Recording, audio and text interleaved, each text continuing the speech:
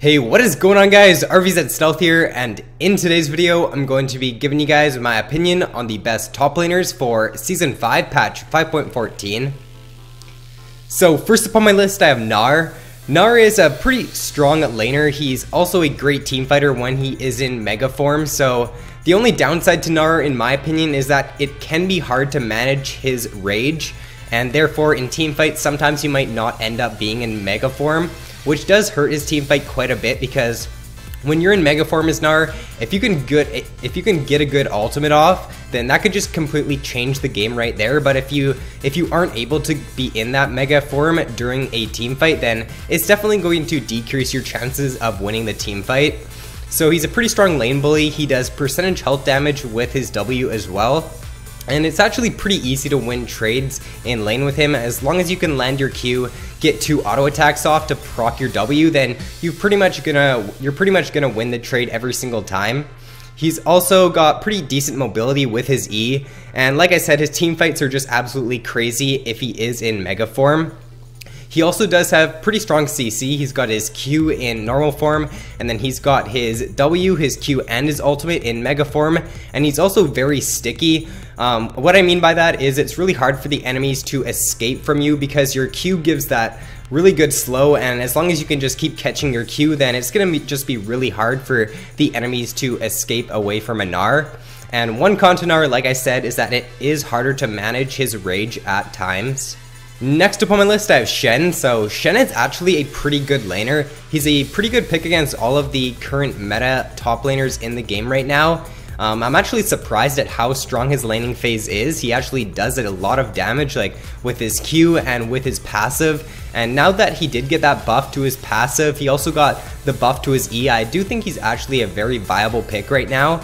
So he's also got the game-changing ultimate, and once you do hit level 6, always be looking around the map to see where you can use that, because you can just change the game by getting one good ultimate, like down bot lane, saving your AD carry, turning the gank around or something like that, and that just makes him such a really good pick, or it just makes him a really good pick in my opinion.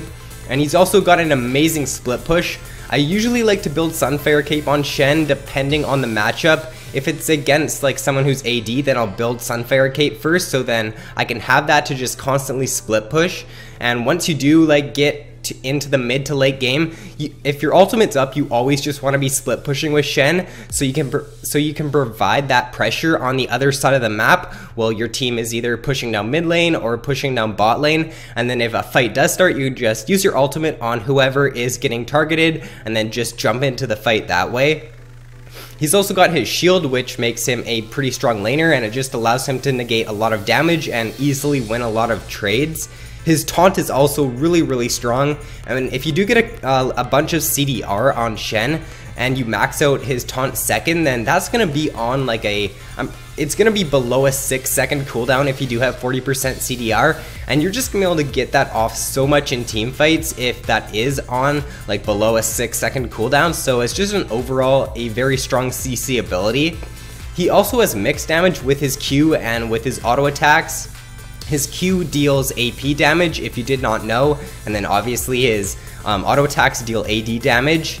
He also has an insane late game. His ultimate, it shields for so much late game, and it just makes whoever your opponents are trying to jump on really hard to kill, because the Shen shield is just gonna shield them for so much that it's gonna be really hard for the enemies to burst down like your AD carry or your mid laner. And he is also super tanky come late game. So one con to Shen is that it can be hard to use his ultimate in the laning phase, because you're going to be focused on CSing most of the time, and as well as trading with your opponents. But usually what I like to do when I play Shen and I hit level 6 is every like 5 to 10 seconds, glance over all your lanes, like glance at bot lane, take a look at mid lane, because you always want to be able to use that ultimate whenever need be. So like, I know it can be hard in the laning phase to like focus on your lanes, but if you can do that while CSing and while trading with your opponent as well, then Shen, he's just a really good pick. Next up on my list, I have Riven. So pros to Riven are she's got great snowball potential, one of the best snowbally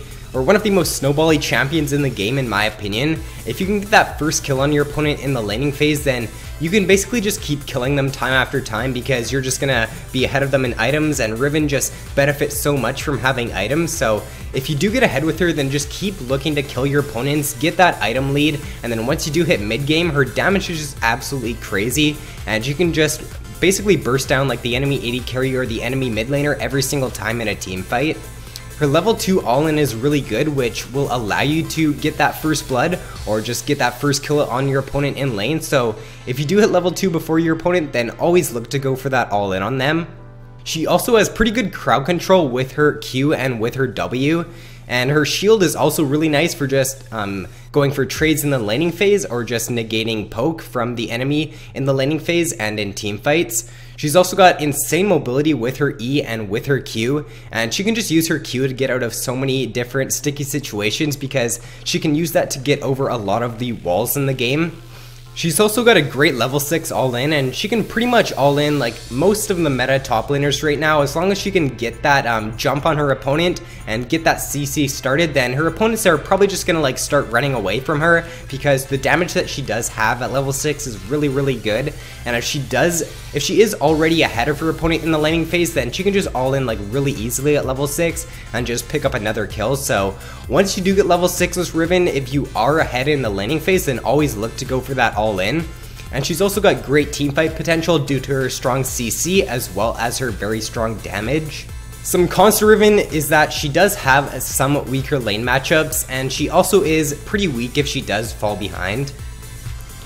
Next up on my list, I have Rumble. So Pros Rumble, he's great with the Liandry's changes. He was probably the champion that benefited the most from these changes because if you don't know already, the item gives you 30 more AP now, and it only costs 100 more gold. So I think that trade-off is really good, and it just allows Rumble to have an even stronger mid-game power spike now. And as long as you can land your ultimate in a team fight as Rumble, then the damage that you're going to be getting from mid-game Rumble is even going to be like better now. So I think that with those changes, or with that change to Liandry's, I think he's a much stronger pick right now.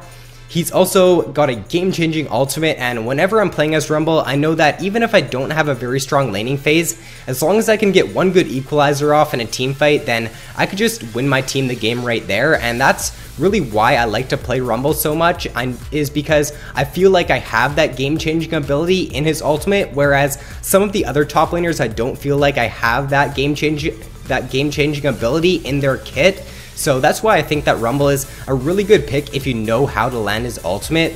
He's also a pretty strong laner, and he's got his shield as well, which allows him to trade really nicely in the laning phase. He's got pretty good crowd control as well with his E and his ultimate, and he's great at fighting in the jungle because it's really hard for the enemies to escape a Rumble ultimate in the jungle. They're either going to have to like flash over the wall, because in the jungle the passageways are really narrow, and as long as Rumble can line up a good ultimate in the jungle, then the enemies are either going to have to burn for the full duration of the Rumble ultimate, or they're going to have to like flash over a wall. So always look to try to find fights in the jungle when you're playing as Rumble if you can.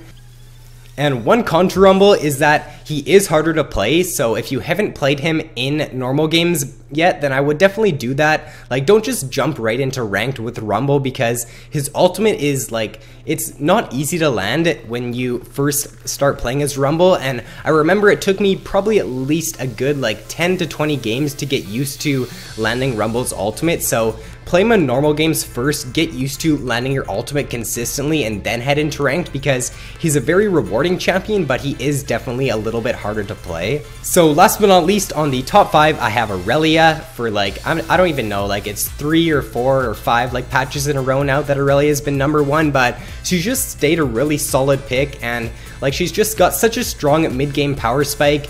Pretty much she can duel any other champion in the game once she does get her Trinity Force, because that spike is just one of the best in the game, and I'm gonna say that it's the best power spike in the game for any champion, because the damage that you get with the item on Aurelia is just absolutely crazy. She can duel, like I said, like any champion in the game once she does get to that mid-game spike with the Trinity Force. She's got the 2-second stun potential as well, which is just really good for team fighting and really good for dueling as well.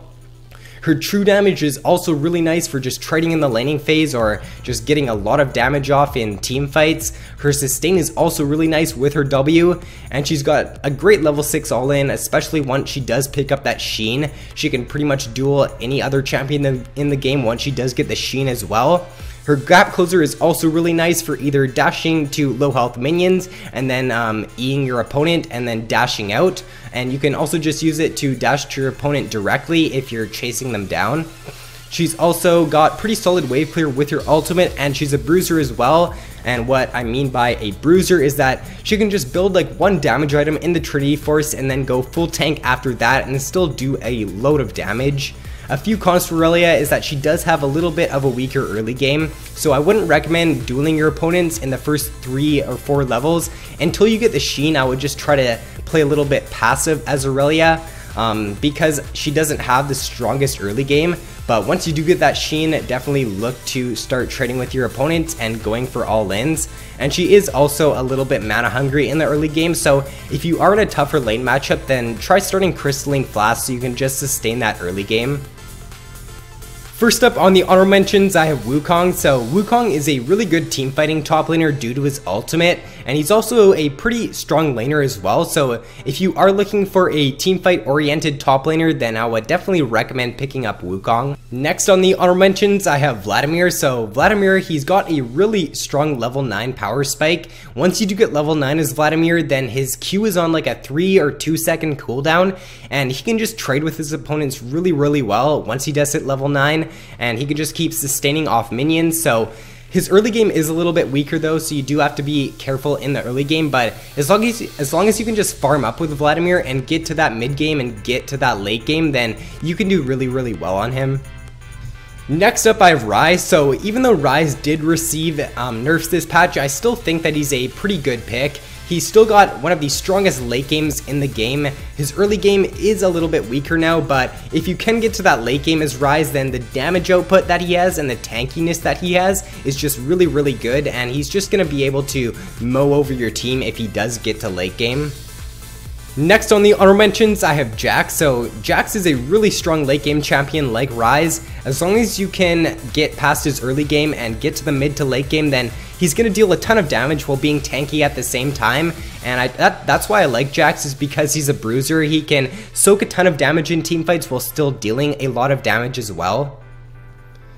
Next on the honorable mentions, I have Nasus. So Nasus is also kind of like Ryze and Jax. Like, he's got a really strong late game, and as long as you can survive his weaker early game and get his stacks in the early game, then he's gonna be a monster late game, and he's gonna be able to like two-shot the enemy AD carry. So as long as you do keep your stacks up in the early game, then he's gonna be relevant like no matter what, because he's got his Wither, which is just such a strong ability. If you can get that off on the enemy AD carry in a team fight, then it's going to make them useless, and if they don't have a Quicksilver Sash, then it's going to be really hard for them to escape from you. So I think that Nasus is just a really good pick due to his Wither and due to his ability to basically two-shot you come late game. Next, I have Hecarim. So Hecarim, I do think he's falling off a little bit in the top lane, because he is finding there are definitely counters to Hecarim in the top lane now. Like, the AD Fizz counters Hecarim, and although I don't really like the AD Fizz, like, you can pick that against him and do really well.